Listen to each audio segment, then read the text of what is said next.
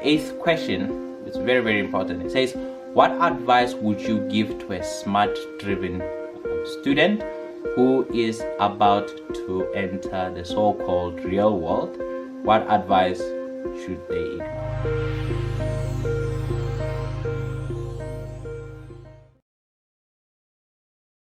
The first thing that I would like to hear if I'm talking to my younger self, I would say be patient with yourself. Everything else is like compound interest.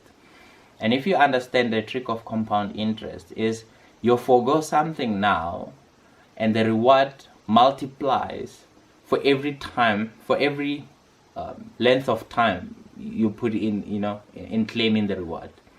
So if you put in the work now, the reward for the work will come in a bit later. But I know at one point, when I was struggling so much with my degrees, and I was going all around and I was hearing people telling me that I'm such a failure, I'm starting a second degree because I couldn't do the first degree.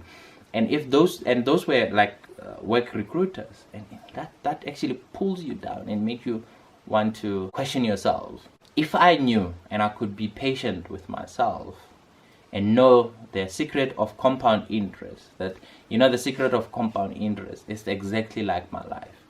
I have to put in the work now and then wait. Then over time the work comes. So what happens with me at one point, I wasn't putting as much work.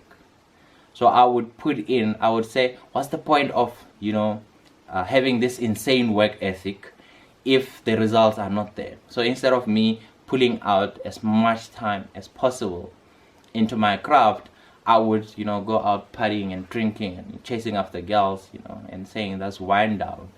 But I think looking back, those other time when I was saying I'm blowing off steam, I should have actually kept those time onto my craft.